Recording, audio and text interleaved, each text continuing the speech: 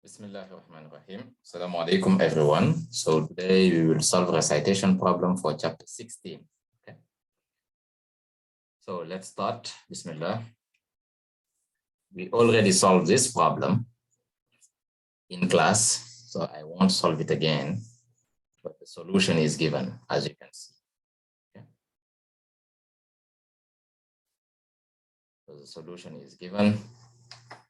I don't want to describe it again because I described it extensively in class already, right? Okay.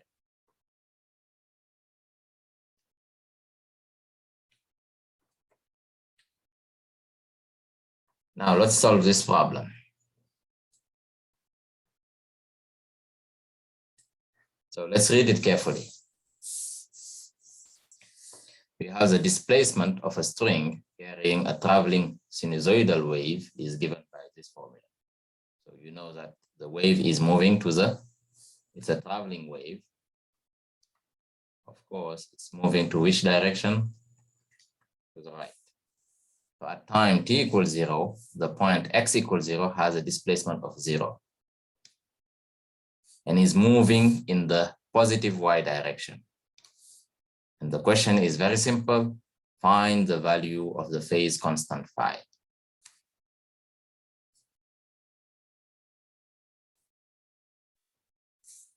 So first thing, you write the equation. Y for any position of my string at any time is y max sine kx minus omega t plus phi. So as I told you, this is a wave traveling to the right at this constant speed.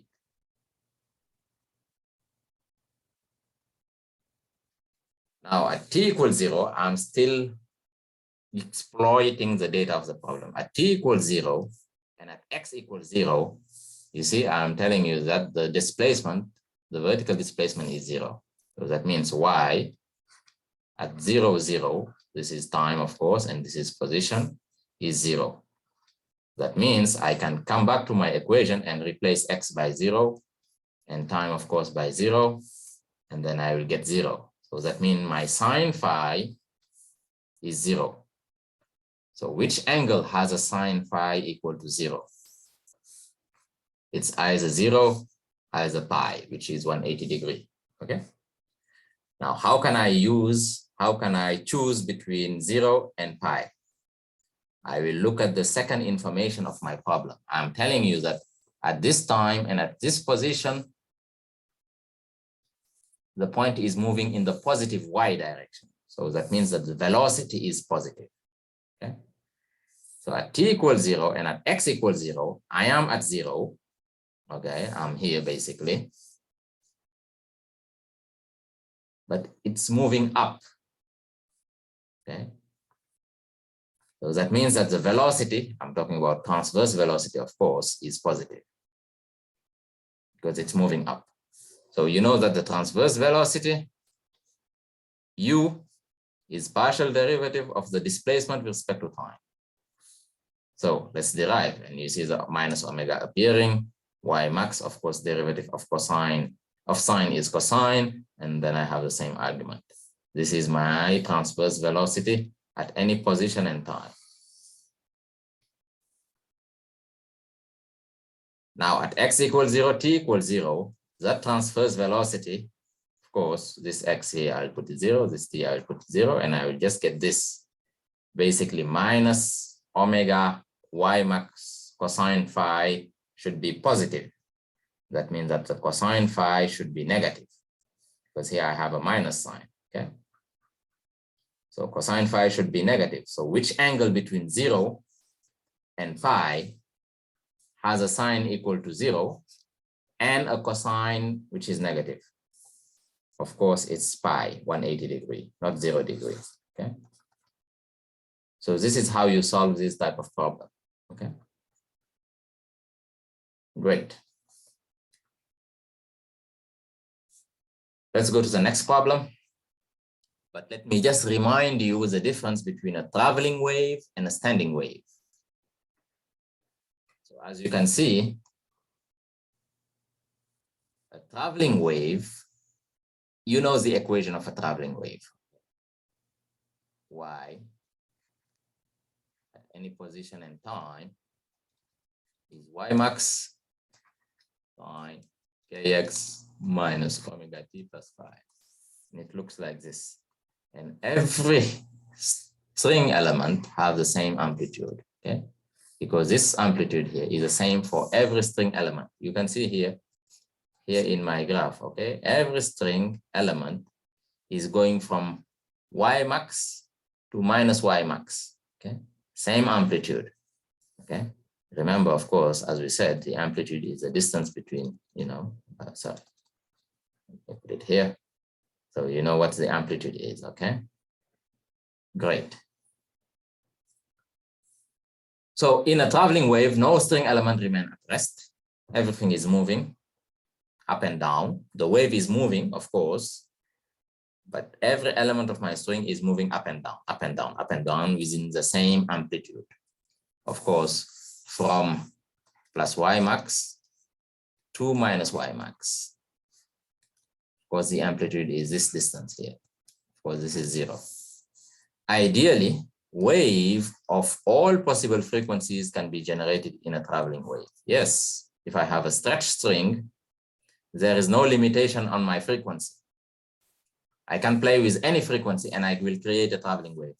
Of course, my V, which is a constant in my string, is lambda f. So if I'm increasing the frequency, I have to decrease the wavelength. But I possibly, as a wave generator, as a source of disturbance, I can play with any frequency between 0 to, f max, whatever I can handle, okay? And the lambda will adapt such that the speed of my wave on my string is constant. And of course, we talked about traveling wave transferring energy, and I gave you the power transmitted by a traveling wave from one point to another point, okay? On the other hand, if I have a standing wave,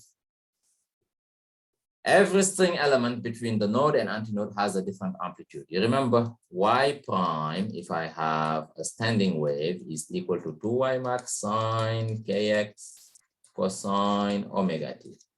So the amplitude here is this. This is the oscillating term, okay? It's between -1 and +1, okay? So the amplitude here is position dependent, is equal to 2Y max sine kx. Okay, so that means I have, when sine kx is 0, I have a node because these points are at rest. That's why I'm saying here, at node, string elements are always at rest. And you can see them here. This is a node, this is another node, this is another node, this is another node, this is another node. They are at rest because sine kx is equal to 0.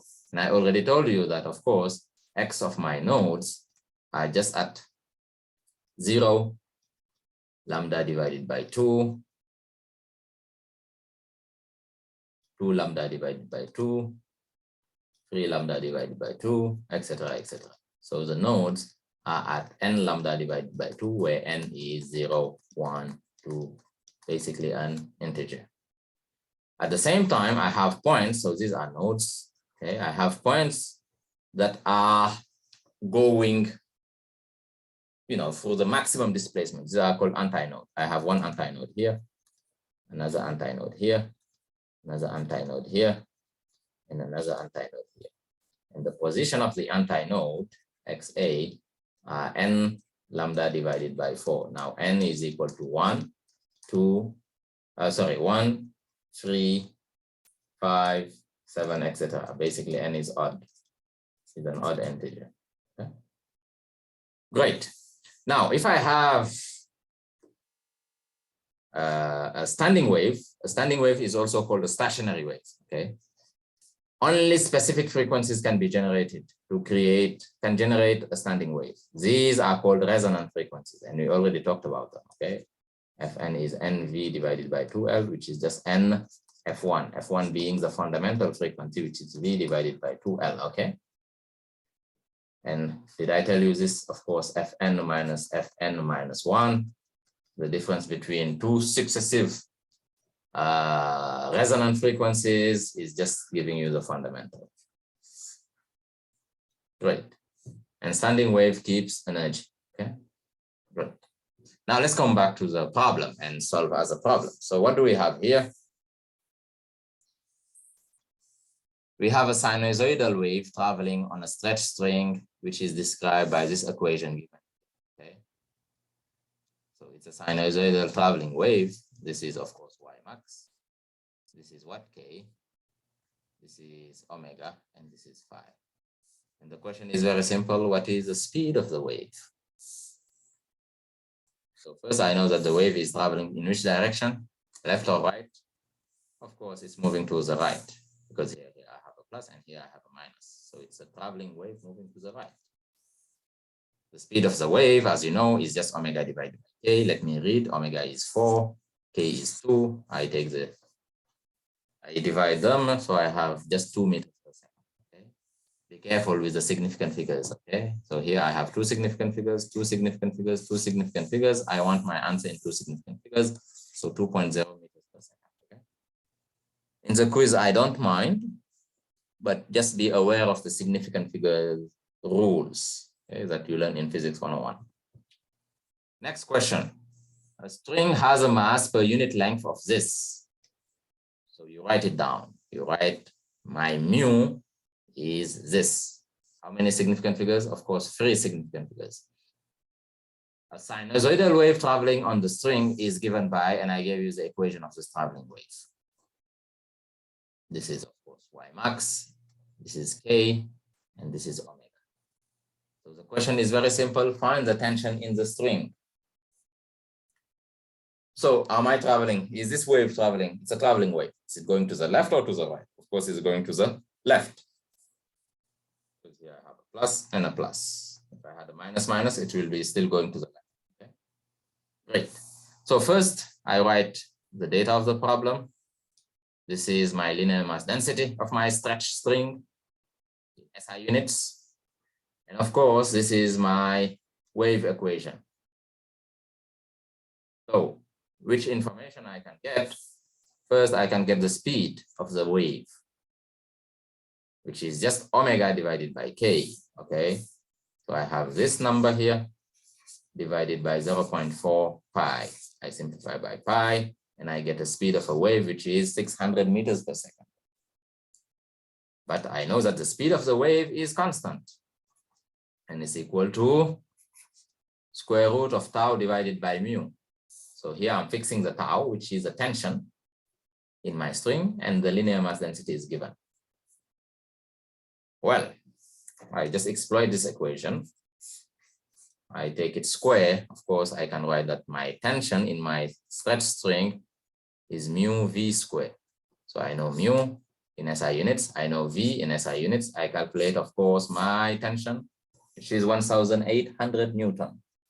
Okay, so these are, you know, the type of easiest question you will have. Okay, so you get full mark, inshallah. Okay, great.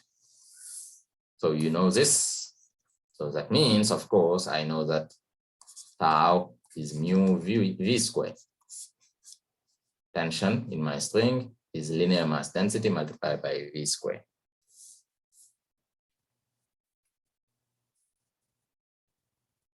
Of course, you know what's mu. In another question, I'll just change it. I'll say, what's mu? I will give you the tension and I'll ask you what is the linear mass density. So mu will be just tension divided by v squared. Great. Now let's read this question very carefully. So we have a transverse sinusoidal wave carrying an average power of this. I give you average power. Okay. P, average. You remember the formula for an average power? Half mu v omega squared y max squared. This is the average power, which is a rate of energy transfer. Okay, basically energy per unit time, and the time here is a period. The energy transferred by my wave per period.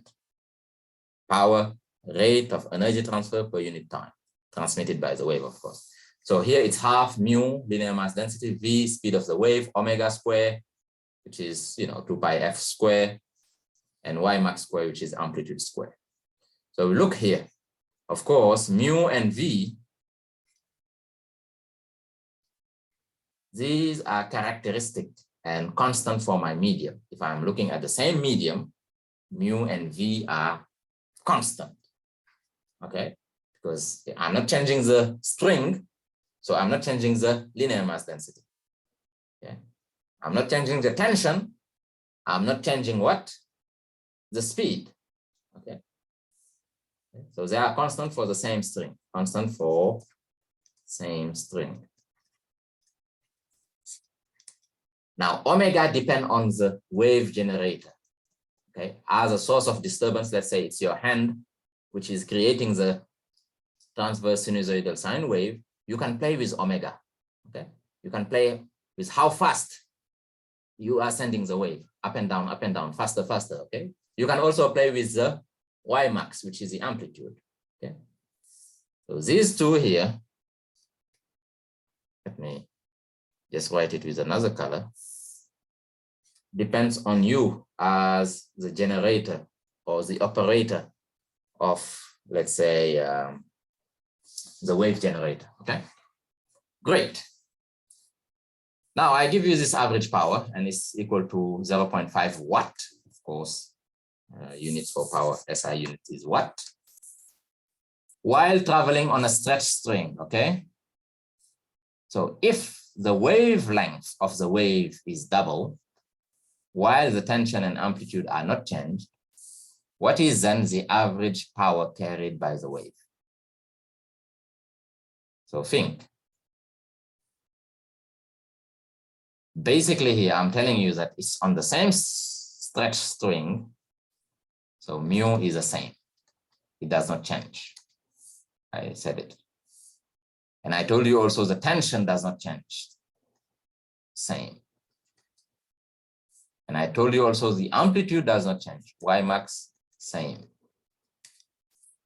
So mu is the same because it's the same stretched string. I did not spell it out, but you have to guess this, okay?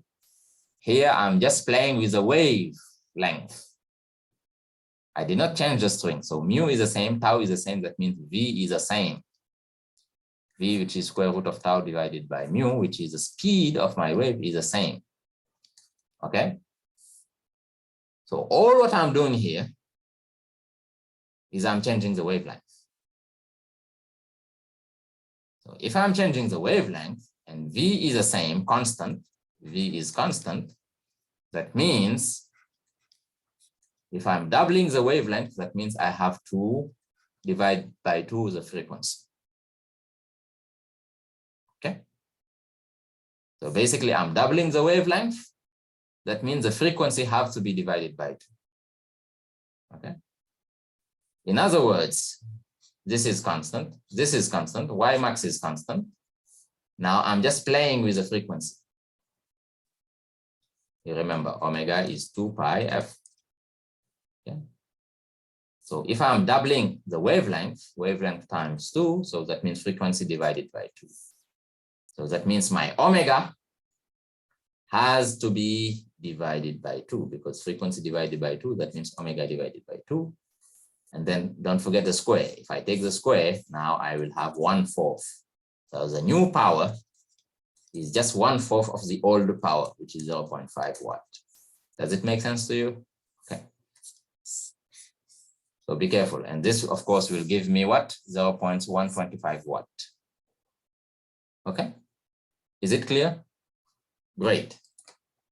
So let me erase what is in the slide here. Bismillah. It's called income slide. You know, this is a detailed solution that I gave you. Okay. So have a look at it. This is the same. This is the same. Of course, this is the same. And I double the wavelength. But the V has to be the same. Okay. And I told you why.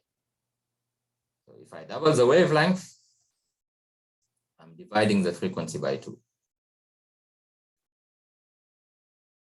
Okay. So if lambda 2 is 2 times lambda 1, that means frequency 2 is frequency 1 divided by 2, such that the product will give me a constant. Okay. So that means, of course, my omega 2 is just half of the initial omega. So everything is the same as before. And this, I just divided by half. And don't forget this square. I put the half square out, and I will get 1/3. Okay, this is the original power, which is 0.5. Okay, so my new power is just 0.125 watts. So be careful with this type of problem. Okay, it's not difficult. You just need to be careful, you know, and look. Great. Now let's look at this problem here. We have a standing wave pattern. Now we are not talking about traveling waves. Now we are talking about standing wave. And the standing wave pattern is observed in a string of length L, which is 3 meters. Write down that L is equal to 3 meters. And I give you the equation of the standing wave. So this is the equation of the standing wave. This is what we are used to call Y prime, okay? Of course, this is what? 2Y max. Be careful. This is, of course, K, and this is, of course, omega. And the question is simple, very simple. Find me the fundamental frequency of the string. So how can I find the fundamental frequency of the string? Very simple. As I said, L is equal to 3 meters, and I gave you a standing wave pattern. Always write the equation, okay? Y prime is just this. And again, this amplitude is 2 times Y max. According, remember what's the formula for a standing wave, right? The resultant wave at any position at time is equal to 2 times Y max sine Kx cosine omega t. Okay. Right. So the amplitude here is 2 times Y max, and 2 times Y max is this number. Great. Now, the question is, what is the fundamental frequency? Well, we know that any resonant frequency, Fn, can be written as this, Nv divided by 2L. The fundamental frequency is just F1, basically V divided by 2L. Now, what is V? V is omega divided by K. So I can get V easily here. Is this omega? Basically 120 pi divided by pi. So I get a V, a speed of my wave. It's a standing wave is 120 meters per second. Now, knowing V and knowing the length, I just take V and I divide by 2L, and I get a frequency of what? Fundamental frequency of 20 hertz. Okay. Is it clear? Great. So I have a fundamental frequency of 20 hertz. Now, I can ask you now, this standing wave pattern here, given by this equation, corresponds to which harmonic? So N is equal to what?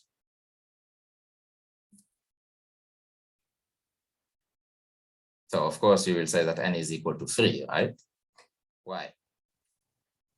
Why N is equal to 3? Well, so this equation here corresponds to which harmonic? Well, this omega here is just 120 pi, and I know that it's 2 pi f. So that means f, the frequencies that correspond to this equation, f is 60 hertz, which is 3 times f1, which is 3 times 20 hertz. So of course, N is equal to 3. Okay, this is the third harmonic, or the third standing wave pattern, or the third oscillation mode. And if I want to plot it, this is how I get it. Okay, in a length of L, which is how many? 3 meters, I can fit 3 half wavelengths. Okay, so L is equal to 3 half wavelengths. So I have 3 loops. Okay, this is one loop here, this is the second loop, and this is the third loop. Okay, great. Now let's look at this problem here, read it carefully, and then we solve it.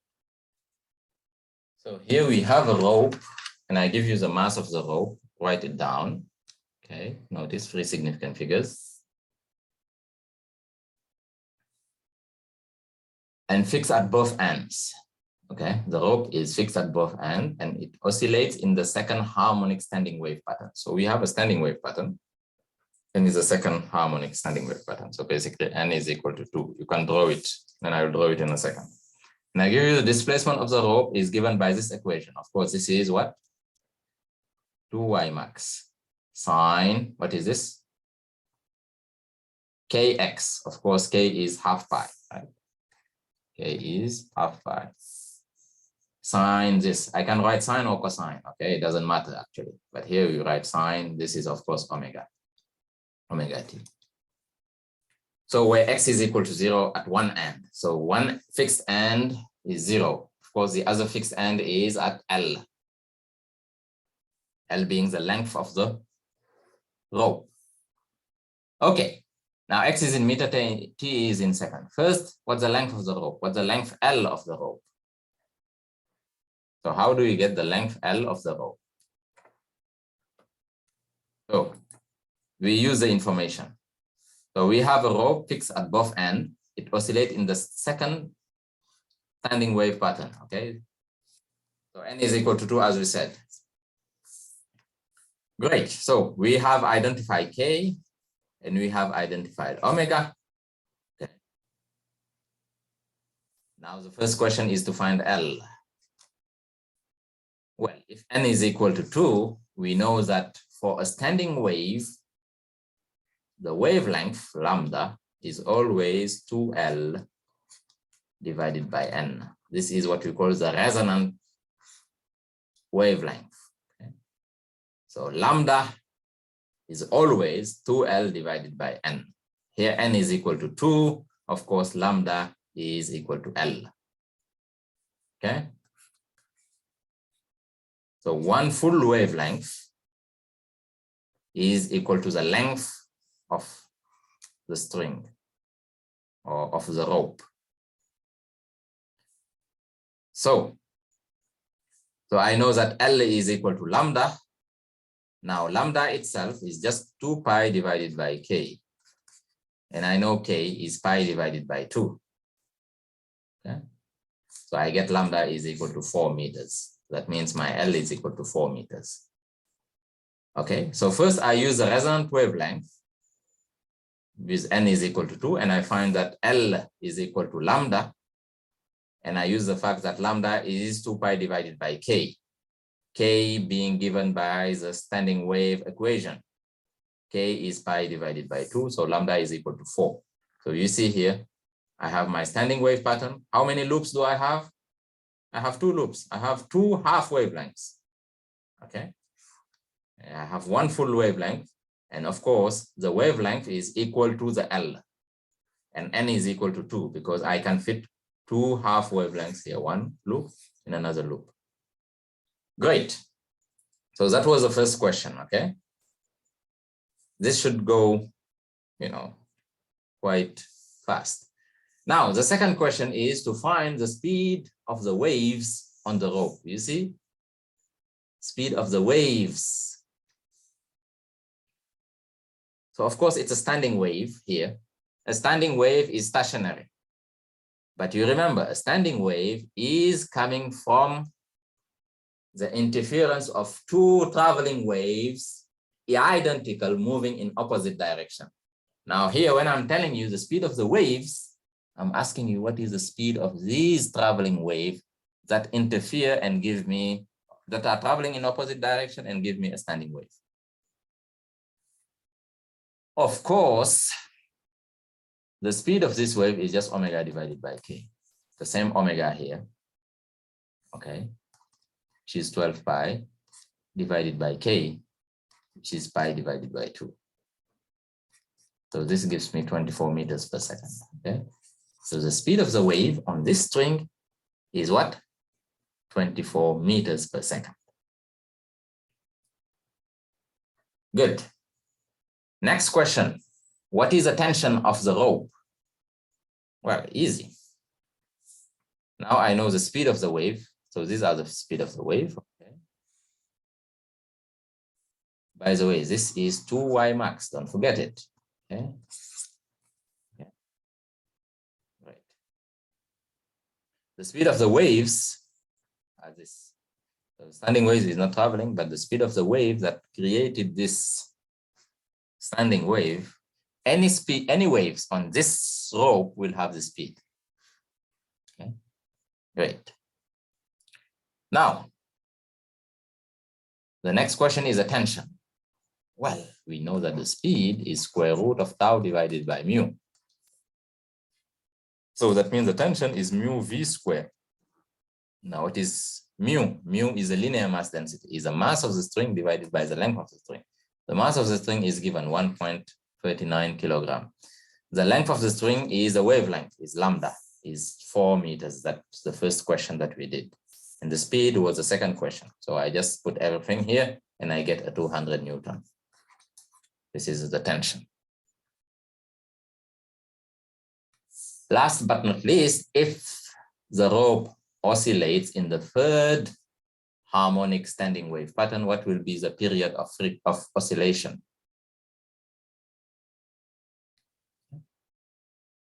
So do you see it? How can we get the period of oscillation? So first we have to get the frequency of oscillation. Okay. So if n is equal to 3, we know that f3 is 3 times f1. Okay. So basically f3 will be 3 times 3, which is 9 hertz, because v divided by 2L is just 3. And I can see it directly here. You see here, in the equation here, the omega in the equation was 12 pi. This is omega. Okay. This is 2 times 2 pi times f. So that means f is equal to 6 hertz. And this is f2 because I said it here. It's in the second standing wave pattern. So this is just 2 times f1. Of course, f1 is just 3 hertz. And we get it. It's just v divided by 2L. Okay? f1 is 3 hertz, v divided by 2L. Now, getting f3, of course, the period will be just what? The period is just 1 divided by f. So T3 is just 1 divided by f3. And this gives you 0.11 seconds. Great. Now let's go to the next problem here. A string along which can travel, along which wave can travel is 270 meters long. And it has this mass. So I'm giving you the linear mass density. Okay. I give you the length of the string, and I give you the mass of the string, so you can calculate the linear mass density. Next question, next sentence. The tension in the string is, and I give you the tension. Okay, linear mass density tension. So what can I get? Speed of the wave. What must be the frequency of the traveling wave of amplitude 7.7 millimeters for the average power to be 170 watts? Okay, so I gave you the average power. So the average power is 170 watt. And of course, you know the formula, half mu v omega square y max square. Mu, I can calculate it. I gave you the mass and the length. So you just calculate mu directly in SI units. Okay, I want everything in SI units because the power is in watt. Put it in SI unit. Second thing, I gave you now the tension, and you calculate the mu, you can calculate the speed. So I know what's mu, I know what's v. Okay. Now, did I give you y max? Yes, 7.7 millimeters. So you put it in meters, 7.7 10 to the power minus 3 meters. And the question is to find omega, specifically to find the frequency, which is omega divided by 2 pi. So what is the frequency that will give you this power? That's the question. Okay, what must be the frequency of the traveling wave of this amplitude to give you this average power? Well, I know everything. I know the left-hand side. I know everything in the right-hand side except the frequency. So you know that omega will be just square root of 2 times average power divided by mu Vy max square. And knowing that the frequency is omega divided by 2 pi, so yeah, I just divided by 2 pi here, and I know everything. So be careful, put everything in SI units, okay? This is mu, this is the speed, and this is Y max in meters, 10 to the power minus 3. And you calculate, and of course, you get your 332 hertz. And this is the frequency of the traveling wave that will give me this power under this condition, okay? In this tension with this length of string and mass of string. Great. Let's go to this problem here. So the speed of a transverse wave on a string, a stretched string, of course, is 170 meters per second when the string tension is 120. To what value must the tension be changed to raise the speed of the wave to 180 meters per second? Okay, so here it's the same string. So the linear mass density is the same. I'm just playing with the tension to make the speed go up. So this is my first speed when tau is 120, the tension. This is my second speed. Now I need to find the second tau, of course, on the same string. So mu1 is equal to mu2 is equal to a constant, which is mu. So if I take the ratio, I know that, of course, V is tau divided by mu. Of course, V1 divided by V2 will just give me square root of tau1 divided by tau2. Of course, this mu will simplify. If I work it out, I get tau2 is just tau1. The second tension I'm looking for is just the first tension multiplied by the ratio of the speed square. And of course, the tension is 135 Newton. Okay, let's look at this problem here. Read it carefully and we solve it quickly. So we have a nylon guitar string and I give you the linear mass density in gram per meter. Of course, you put it in kilogram per meter, okay? Great, by taking 10 to the power minus 3 kilogram per meter. And that I gave you the tension, 180 Newton. The fixed supports, basically the two ends are fixed, and I give you the distance. D is 90 centimeters. Of course, you put it in meters, 0.9 meters.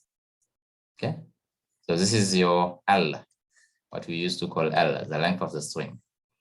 Now the string is oscillating in the standing wave pattern shown in this figure. So N is equal to 1. You count the number of half wavelengths. This is 1/2 wavelength. This is the second half of wavelength. This is the third half. So N is equal to 3. So I'm in the third harmonic. Okay. First, calculate the speed, the wavelength, and the frequency of the traveling wave whose superposition gives this standing wave. You get the point? Okay. So this standing wave pattern, N is equal to 3, is coming from a superposition of two waves traveling in opposite direction. Now I'm asking you, what is the speed of these two waves? Basically, what is the speed of any wave on this string? Okay. So of course, any wave on this string will have a speed which is constant, which is square root of the tension tau divided by the linear mass density mu. I know the tension, 180, and I know the linear mass density. I put it, of course, in kilogram per meter, okay? 7.2 kilogram, 10 to the power minus 3 kilogram per meter. And I calculate the speed, it gives me 158 meters per second. Great. So that's the speed of the traveling wave whose superposition gives the standing wave. I know that D is L is equal to 0.9 meter. And I know also that we are in the third harmonic. Great. Okay. Now, what's the wavelength? How can I get the wavelength? We are in the third harmonic, so n is equal to 3. And I know that the resonant wavelength is just 2 times the length divided by the harmonic number. N is the harmonic number, what we call the harmonic number, okay? So this gives me 2 times length, which is 0.9 divided by 3. You calculate that, and of course you get 0.6 meters, which is 60 centimeters, okay? Now, if I know lambda, I can know the frequency. So what is the frequency? Of course, the frequency, V is lambda F. So that means F is V divided by lambda. I know V from the first question. I know lambda from the second question, and I can calculate what is F. Of course, this is F3. And I calculated, it gives me what? As you can see here, this 2.64 hertz. Or I can just use a formula. I need F3. N is equal to 3. So F3 is equal to what? 3V divided by 2L. 3 times F1. So you calculate and you get the same answer. Okay, great. Next. The frequency of 578 hertz goes a string which is fixed at both ends. In chapter 16, we always have, you know, a string fixed at both ends. In chapter 17, when I will be talking about sound wave, I can play now with the ends, and you will see that next week. We will study this, inshallah, on Sunday. Okay, so this frequency makes my string fixed at both ends to resonate in 8 loops. What is the frequency that will make it resonate in 3 loops? 8 loop means n is equal to 8. 3 loops mean n is equal to 3. Easy. So n is equal to 8. I have F8, which is 8 times F1. Of course, F1 is just V divided by 2L. This is a fundamental, and I know this is a number. So F3 will be just 3 times F1, which is V divided by 2L. If I take the ratio, my F1 will go away. So F3 divided by F8 is just 8 divided by 3, because you see this F1 here will simplify. So F3 is just 3/8 of F8, and it gives me 2.17 hertz. You see here there is a typo, okay? He gave you this frequency, but he calculated with this. Okay. So there are typos in the solution sometimes. Okay, just be careful. I want you to do it yourself and know that there is a mistake somewhere. So if the frequency is 587 instead of 578, of course F3 will be 220. Okay, now let's solve this problem here. Read it carefully and we solve it. By the way, we have solved this problem in class. Okay, so I can skip it. Okay. I can skip it. But let me come back to it. It's a nice problem and an interesting one. You see, it's the same figure. So that means I just changed the problem. This is how we do things. So basically, when you solve a problem, don't just solve it and get the final answer and go away. Okay. Solve one problem, but ask 10 questions about the problem. What if this? What if that? Okay. Prefer quality over quantity.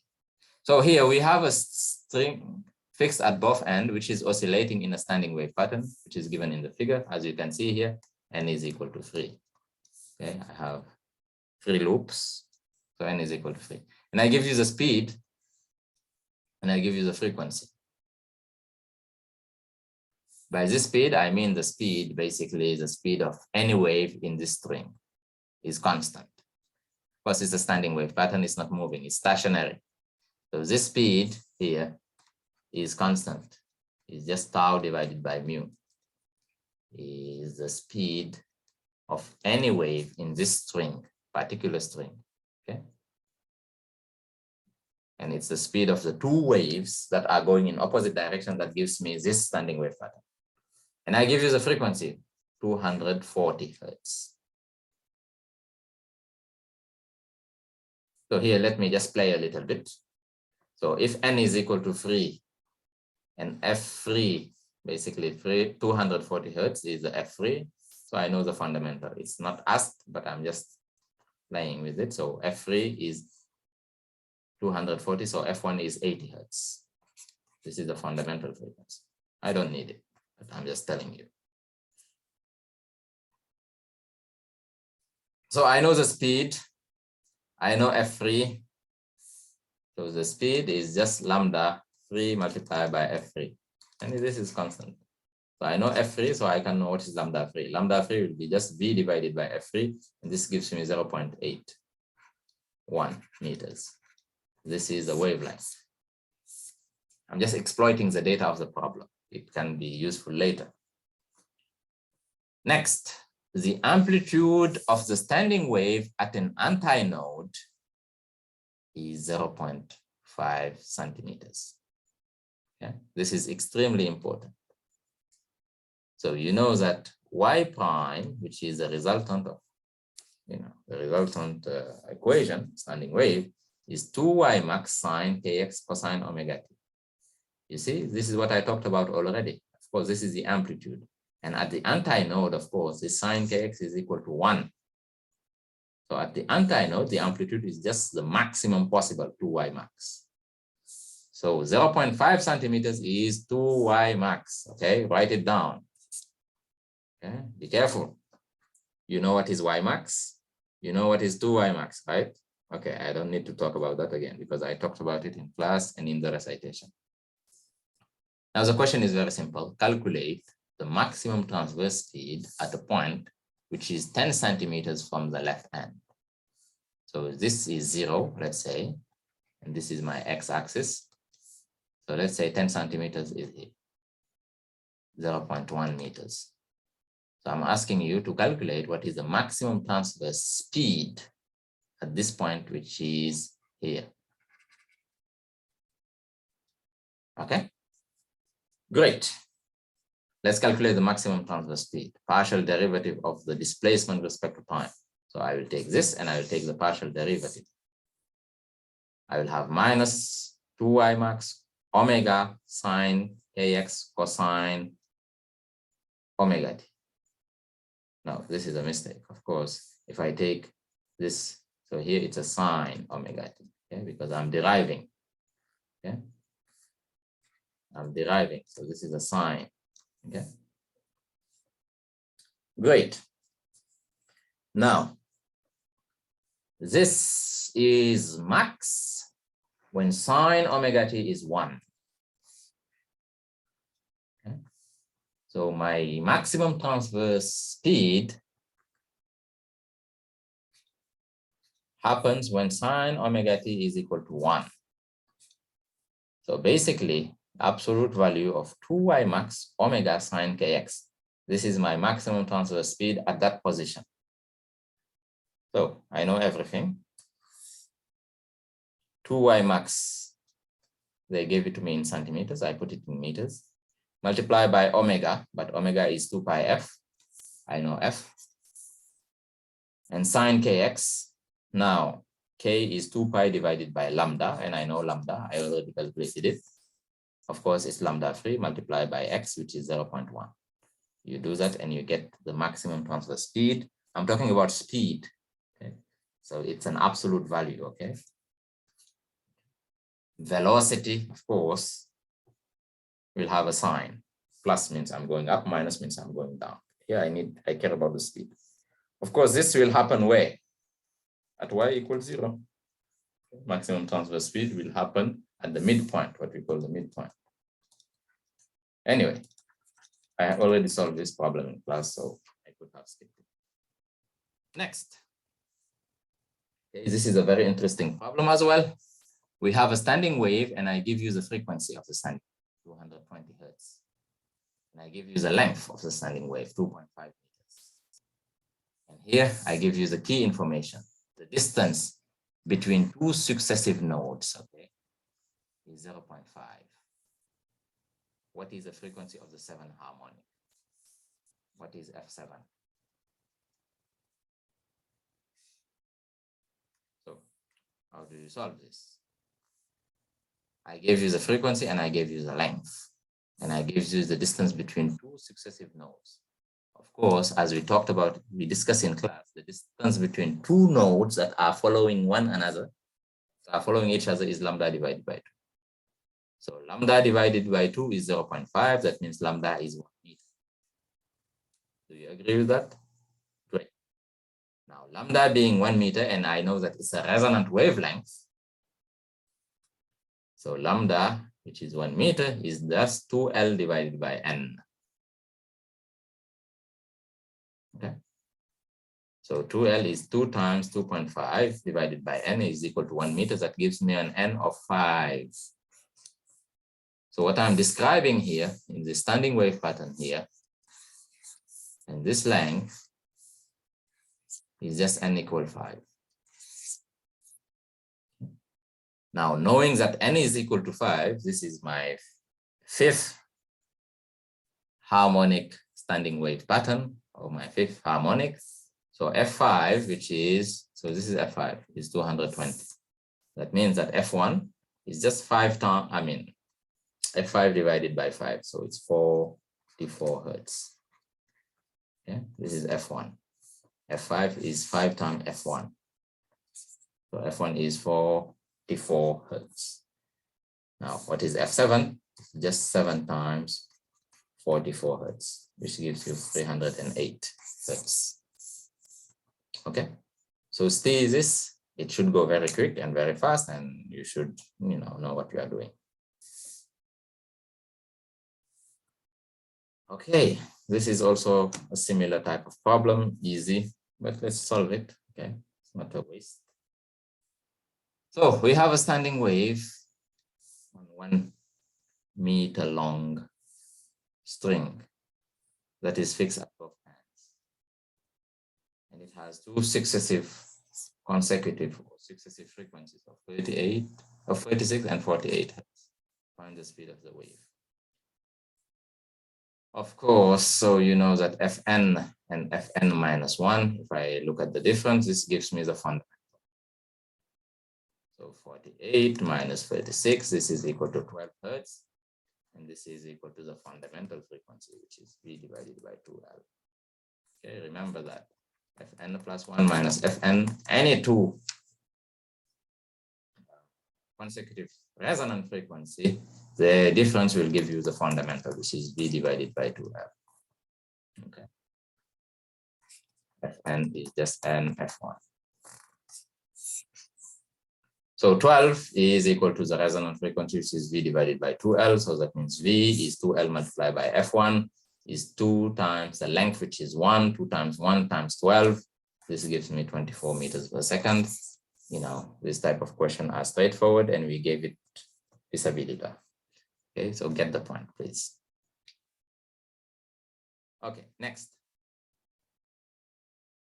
So what do we have here? Read the question carefully and then we solve. So we have a sinusoidal wave which travel along a stretched string, okay? The time for a particular point of my stretched string, an element of string, to move from maximum displacement to 0 is 0.135 seconds. What are the period and the frequency? And if the wavelength is 1.4 meters, what is the speed of the wave? So of course, each element of string is going up and down in a simple harmonic oscillator, okay? Going up and down, up and down, up and down. Okay, so if I fix the position X to X naught, which is, let's say 0, it's going up and down, up and down, up and down. Now, the time I take to go from Y max to 0 to minus Y max and come back to 0 and come back to 1, that Y max plus Y max, this is equal to a period. So that means that time I take to go from Y max to 0, this is just 1/4 of a period. Okay?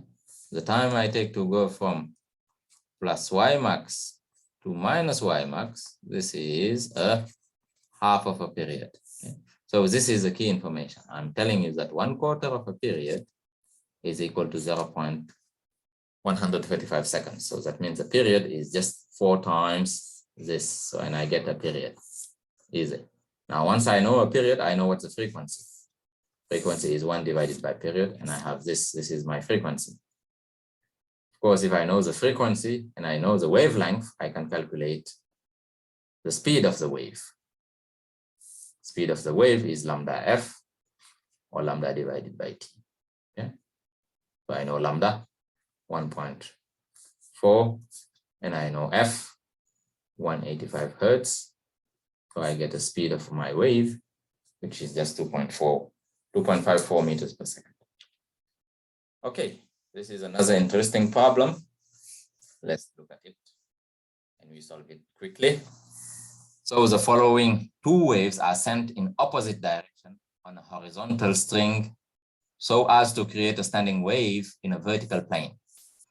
So this is my first wave, and of course I send it in which direction? It's going toward the right. And the second wave is going toward the left. They are both traveling waves. They have the same amplitude, same K, and same omega. What do you think what will happen? I have 2 waves, identical, but in opposite direction. Of course, they will create a standing wave pattern. Okay. And I can give you what's the standing wave. So y prime, let me write it here. Y prime, which is y1 plus y2, is just 2 times y max. Again, this is y max. Okay, be careful. This is K and this is omega. It will be 2 times y max. So 2 times, so basically 2 times 6 millimeters sine kx, which is 4 pi x cosine omega t. So 400 pi t. Great. Now an antinode is located at a point A. Well, you know where an antinode is located. So point A is when this is equal to 1. I don't need the location, but you can know where is the location. Okay. And you can tell me also what is the harmonic number of this standing wave. But we'll see that later. So in the time interval that the point takes to move from maximum upward displacement to maximum downward displacement, how far does each wave move along the string? Okay, so let's solve this problem here. As I told you, this is y1, this is y2. They combine and give you a standing wave pattern. The standing wave pattern has this form: 12 millimeter, 2 times y max sine 4 pi x cosine 400 pi t. Do you agree with that? Okay, great.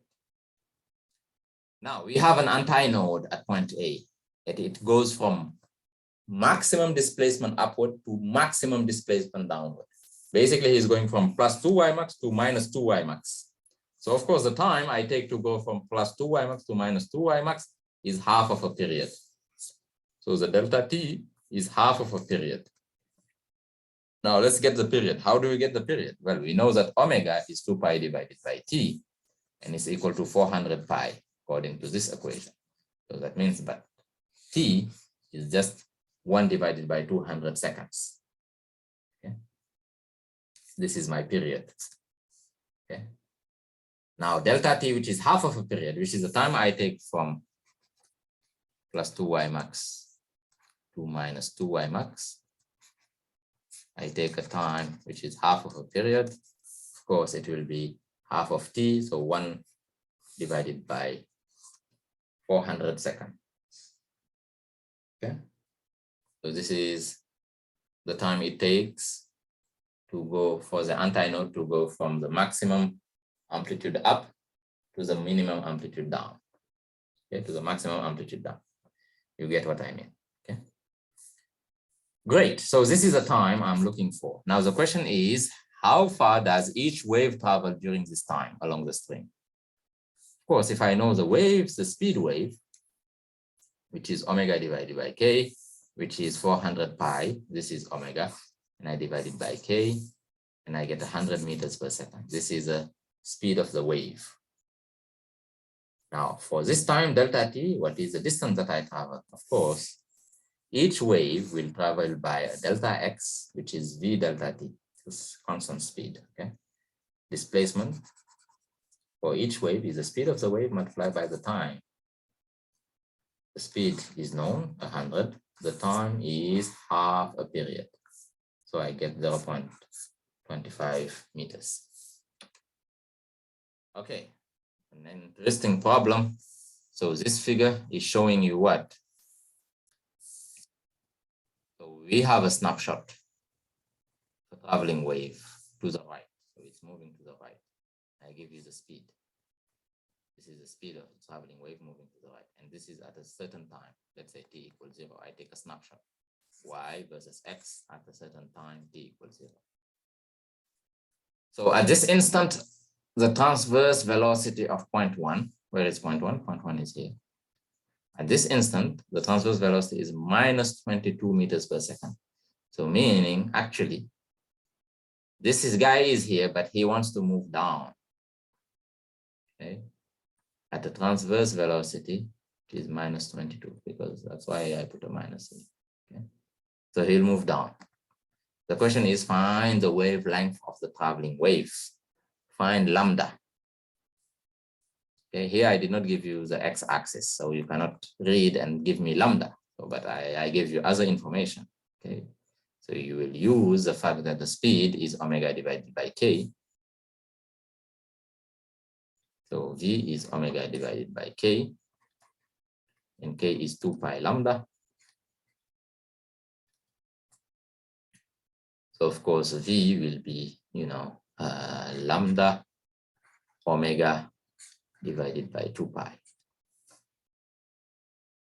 Okay.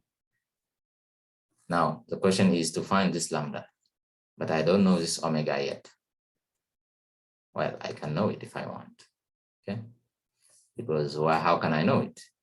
Because the transverse velocity at this point here is a maximum transverse velocity. You remember, U max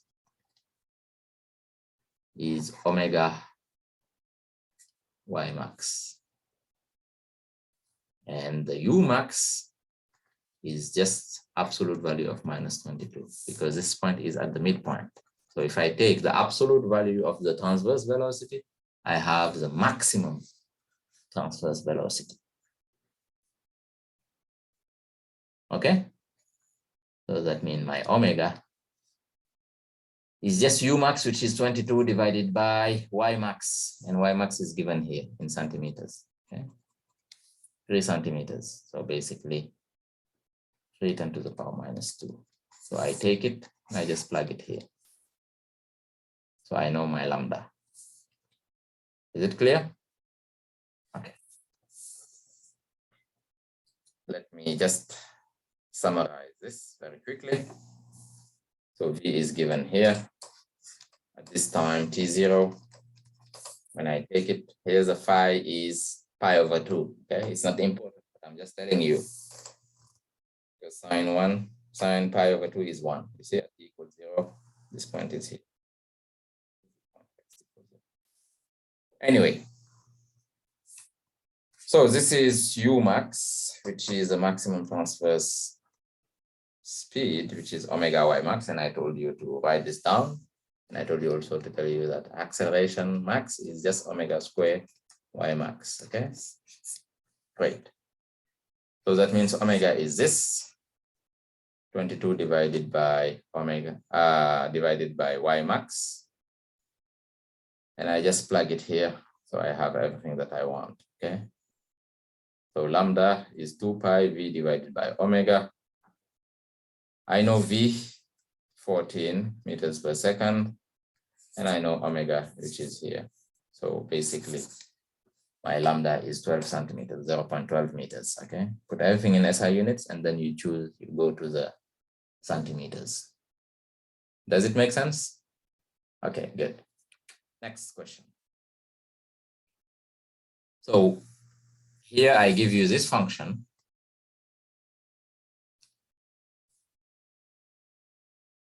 And it describes a wave on a string. Tau means stretch, okay? On a tau string. Again, here I choose cosine. I can choose sine as well. So if I choose sine, it will be just pi x minus 15 pi t. I can add what? Pi divided by 2. Okay? So if I add pi divided by 2, I will get this plus or minus, let's say. Okay, doesn't matter if it's plus or minus. But just to tell you that sometimes I can write it as cosine if I want. Okay, so let me remove this. Let me just write it as cosine. The question is, find the transverse speed for a point on the string at an instant when the point has this displacement. So you see here, my point is going from plus 15 centimeters to minus 15 centimeters, up and down, up and down, up and down. This is the motion of each point of my string. Of course, the motion of the wave is in the x direction, but the motion of the string is along the y direction. That's why it's a transverse wave, okay? Good. Now the question is to find the transverse speed for a point, meaning x is equal to x naught. I fix it, let's say 0 if I want, or anything, I can take any point. At the instant when the point has a displacement of 6 centimeters. Okay, so I write my equation. This is my equation. And at y, at this position x, at this time, y is equal to 6 centimeters. And at 6 centimeters, what is the velocity? What is the transverse velocity? Okay, great. So you know that the transverse velocity is a partial derivative of y with respect to time. I derive here, so be careful, okay? You need to know how to derive this, okay? So you have minus 15 pi sine, because I had a cosine here, and this minus 15 is coming out. Math, okay? Great. So this is my transverse velocity at this position and this time. Now the question is, what is this phase? I don't know it, but I can know it if I want, because I know that y at that position time is 6 and is equal to 15 cosine this. So basically the phase here is basically pi x minus 15 pi t is cos inverse arc cosine of 6 divided by 15. You get my point? Okay, good. Now I will just plug it here. So I'll have this sine and then this here. I just plug it here. So I have cosine inverse of minus 6 divided by 15. And it gives me my answer. And you see it's negative. That means at this time, at this position, I'm going down. Okay? But of course, I want the speed, so I want the absolute value. So this is what it gives me in centimeters per second. I put it in meters per second. Now, if I wanted to calculate, put it a little bit more complex, I will tell you what is the transverse acceleration at that instant when the displacement. So basically, what is AY when y is equal to plus 6 centimeters? Okay, you can do the same if you want. Okay? So AY will be just minus omega y, omega square here, sorry.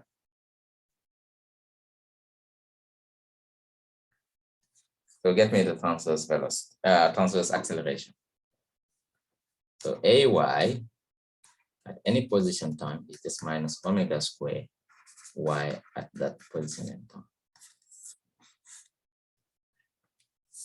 That can be a good quiz problem, by the way. Okay, so let's look at this problem here. So what phase difference between two identical traveling waves moving in the same direction along a stretched string result in a combined wave having an amplitude 0.85 times that of the common amplitude of the two combining waves. Express your answer in degree, radian, and in wavelength. It's a long sentence. You read it carefully, and then you translate it in mathematics. So I'm asking you, what is the phase difference? What is phi between two identical traveling waves? So you know that y1 and y2 are identical. So that means that they have the same y max, same k, same omega. They are only different in the phase shift, okay, as we talked about in class. And they are moving in the same direction. Well, if they are moving in the same direction, they have to interfere, okay? And it's not a standing wave pattern, because standing wave has to move in different direction, opposite direction. Moving in the same direction will give you what? Interference, constructive, destructive, or intermediate interference. So why, you don't need to write this, but I'm just telling you, y1 will be just y max sine, let's say they are moving in the x direction, minus omega, kx minus omega t. And y2 will be y max sine cos kx minus omega t, moving both in the right direction. Now a phase shift phi. Same y max, same k, same omega. If I add them, they will give me y prime, which is just this, 2y max cosine phi divided by 2 sine kx minus omega plus phi divided by 2. So the resultant wave of two waves traveling in the same direction, identical of course, is another wave with the same speed, same k, same omega, same wavelength, okay, traveling in the same direction. But now the amplitude is different. The amplitude now is what I call y prime max, is 2y max, as we discussed already many times, cosine phi divided by 2. I can take absolute value if I want, because amplitude has to be positive. Okay, now this amplitude here of the combined, the amplitude of the combined wave is 0.85 times than that of the common wave. So this is just 0.85 times y max. Oh, wow, nice. So I have 2y max cosine phi divided by 2 is 0.85 y max. So I simplify by y max, and then I solve for phi, okay? When I solve for phi, I am careful.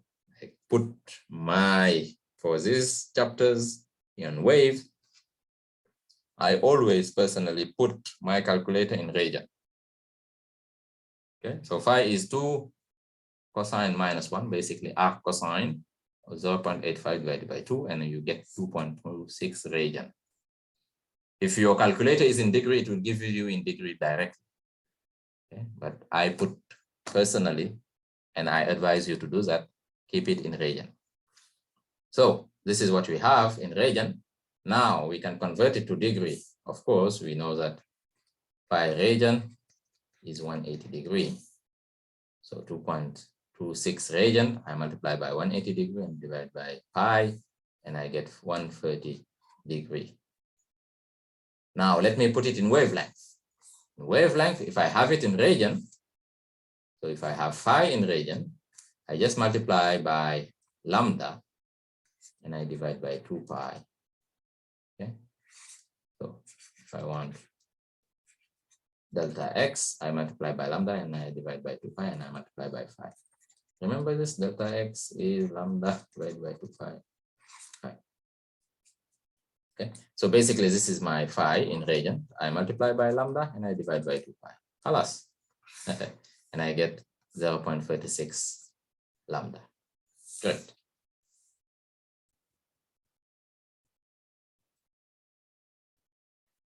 So let's solve this problem here.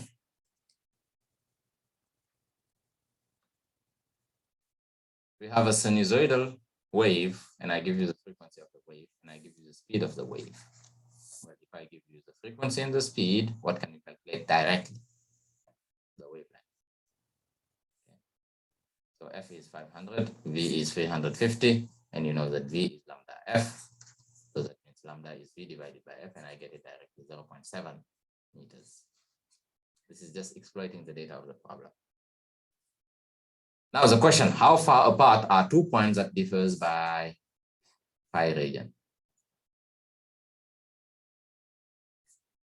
you know that delta x, the distance between 2 points, is just the phase shift multiplied by 2 pi divided by lambda.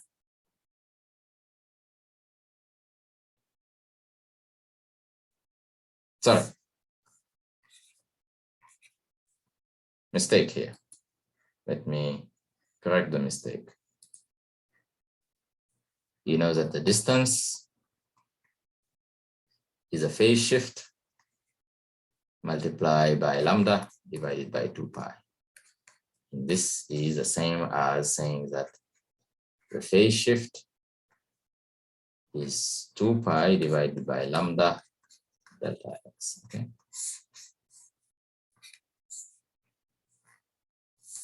So here I have a phase shift of pi divided by 3. So it corresponds to which distance? I just multiply by lambda and I divide by 2 pi. And I get lambda divided by 6. So this is the distance between these 2 points. We already did this in class, okay, many times. You remember that phase shift delta phi, or sometimes I call it phi, is just k delta x. Okay. This is just 2 pi divided by lambda delta x. That means delta x is lambda divided by 2 pi phi. Okay, we discussed this many times. So yeah. Okay, great. Now, what is the phase difference between two displacements at a certain point? Now I'm fixing the point. Okay.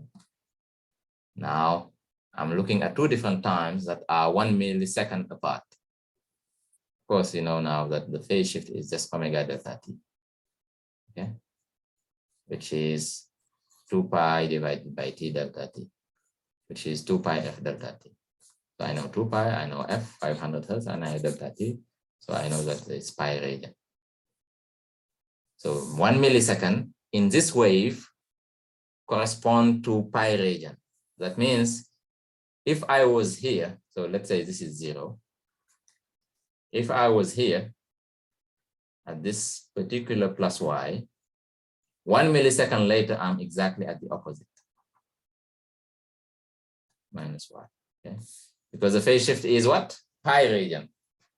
Okay. Same position, of course. Okay. Great. Now, as I said in class, anyway, I already discussed this, so no need to come back. So we discussed this in class as well. Resonant frequencies, okay, resonant wavelength. So let me write down the fundamental. Fn is just Nf1, which is just Nv divided by 2L. Resonant wavelength is 2L divided by lambda by N. So meaning N, you can write N as L divided by lambda divided by 2. And we discussed this. This is the harmonic number, okay? N is a harmonic number, means how many wavelengths, half wavelength I can fit in my string, okay, of length L. Anyway, and we discussed this already, so this problem is an A+ problem, and we discussed it in class already, so I don't need to talk about it again. Here is the solution, and we discussed it in recitation in class in detail, okay? Good. So please solve it, it's very important. Now this problem as well, we solve it in recitation in detail. And I told you I gave it as a quiz last semester. I don't need to come back to it. Okay. So read it carefully, you solve it, and the solution is given here. Okay, so let me discuss it very quickly. So I discussed it extensively in class, so please solve it again, okay? It's given. This is the amplitude. This is my first equation. I gave you phi1. I gave you this resultant amplitude, so you can get y max. This is the second one. Now I want phi2. Okay. Great. So this is also a straightforward problem. Not straightforward, but look at it. Okay, the solution is given here in front of your eyes. Okay, so please solve it. Yeah, please solve it.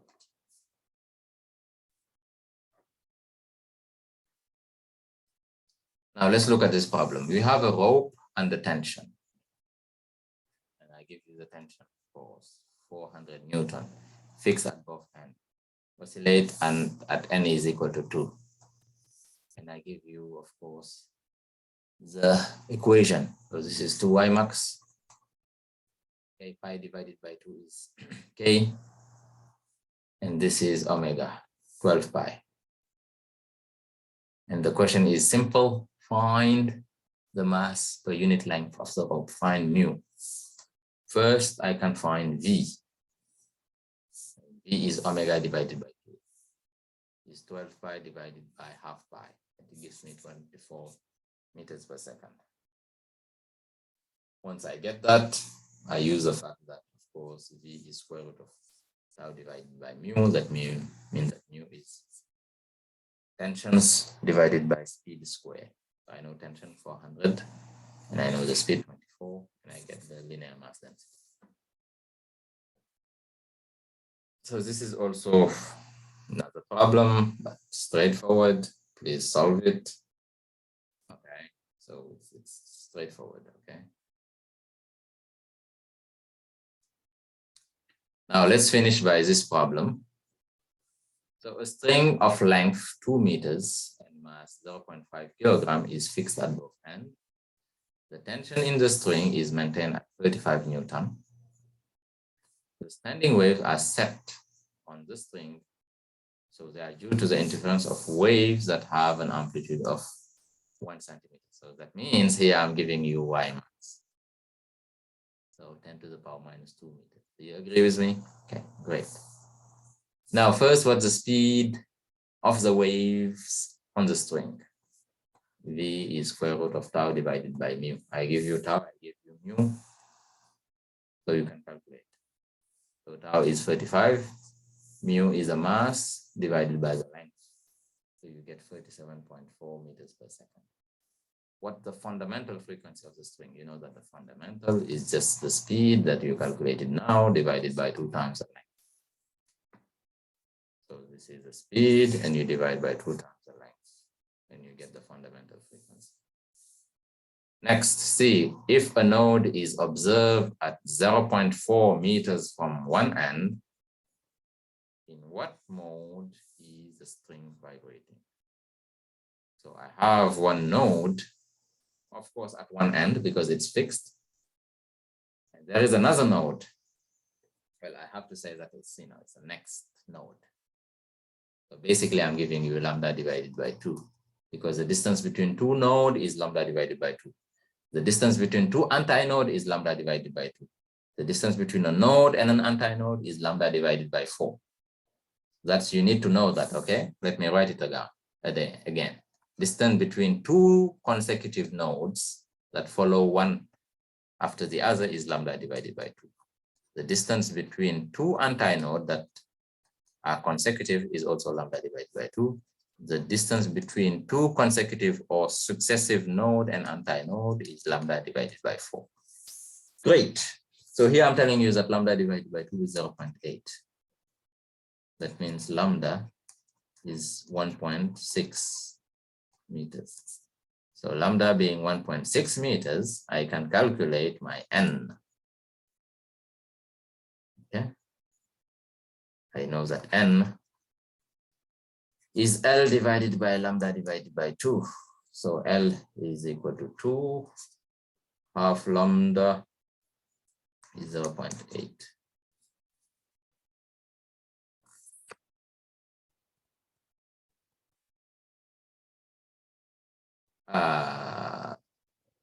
No, yes. So here I made a mistake here. Of course, lambda divided by 2 is 0.4, as we said. Okay. Because this, so this is what I'm saying, 0.4. So of course, lambda is 0.8. Be careful. Okay. 0.4. So the double is 0.8. So here this is 0.4. So this gives you what? This gives you 5, n is equal to 5. So this is a fifth harmonic. Do you agree with me? Okay, great. Last but not least, what is the maximum transverse speed for a particle at an antinode if the string is oscillating in mode n is equal to 5? Okay, so you know that y prime is, of course, 2y max sine kx cosine omega t. U, which is the transverse speed, is a derivative of y prime with respect to time. So this gives you minus 2y max omega sine kx sine omega t. Okay. So an antinode, this is equal to 1. And of course, this here, if I take the absolute value, of course, this is, the absolute value is, of course, smaller than 1. So my maximum U max at an antinode is just 2y max omega.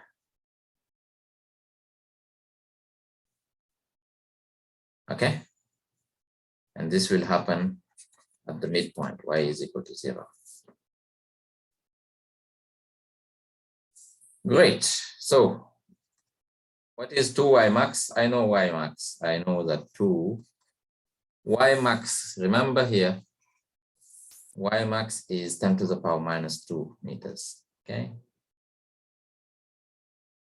And what is omega? Omega is 2 pi f. It's 2 pi multiplied by the frequency of basically f5. So it gives me 2 10 to the power minus 2 times 2 pi f5. What is f5? Of course, f5 is v. Is you can say that it's 5 times if you want. V, which is 9.35 divided by 2L. 2 times 2. And this gives you 5.88. Okay. Another way to look at F is just to say that it's V divided by lambda. You know lambda here, you know V, you will get it also. Okay. But I just use the fact that F5 is what? NV divided by 2L, N is being 5. I could have said that F5 is just V divided by lambda, knowing that it's lambda 5, and lambda is equal to 0.8. Okay, great. So that's it. Let me stop here. I solved 29 problems, but I want you to solve even more, okay? This is a very good problem asked by Rasim. He brought it in office hours, and he deserves a bonus point for bringing this problem. By the way, this problem is a Physics 101 problem, see? But it's very interesting. So I'll just give you a quick hint. I posted on WhatsApp.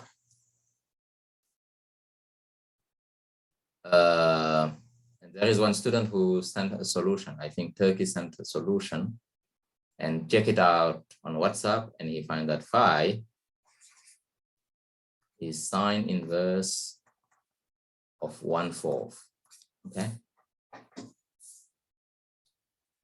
And he found that it's 0.25 radian. Thank you. This is correct, but it's not exactly the solution, okay? Because the sine inverse, okay, let me just remind you a little bit of trigonometry. This is my unit circle, let's say. This is an angle theta. You remember, this is a cosine theta. This is cosine theta. And this is sine theta. And you remember, this angle also have the same sign.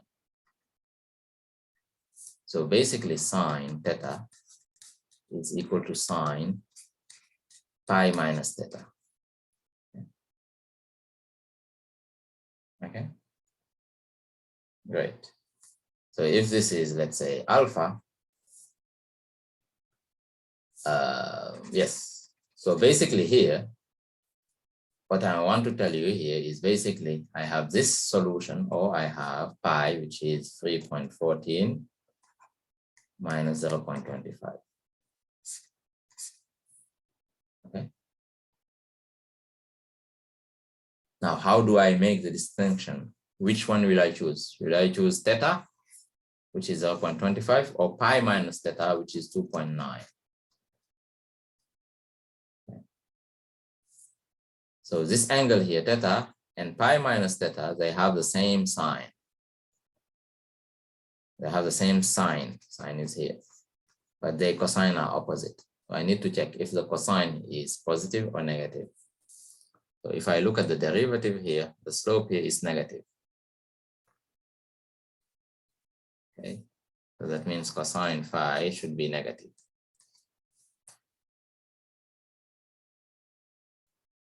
Okay, so that will give me this one, 2 point. So have a look at it and solve it. It's a beautiful problem, and it's a physics 101 problem. And another student, Abdurrahman, brought me this problem, which is also a very interesting problem. So have a look at it. And the student asked me, well, in all the questions that we are solving, we are just looking at the transverse velocity, which is derivative of y with respect to time. And he was asking me, can we have a derivative of y with respect to position? And this is a perfect example of that. We call it a slope here. Just you need to know that this slope, by this slope, I mean derivative of y with respect to position. Okay. And they call it slopes of element of string. I kind of disagree with just calling it slope. It has to be more specific. But if you notice, this derivative of y with respect to x is dimensionless. That's why here they put dimensionless. They did not put the dimension. And of course, this is at fixed time. This is a snapshot. So what they are doing here is they are looking at the traveling wave at t equals 0. They take a snapshot. And at the snapshot, they are looking at the slope. What is the slope here? What is the slope here? What is the slope here? Basically, they are looking at the derivative. And they plot the slopes. They plot the derivative. Of course, derivative of a sinusoidal function will give you also a sinusoidal function. And this is a slope that they are plotting, which is a partial derivative of y with respect to x. So if you derive, of course, the k will come out. Okay? And then, you look at the maximum amplitude of this slope is just k y max, but k is 2 pi divided by lambda y max. So you can read the lambda from here. So this is the lambda, or this is the lambda,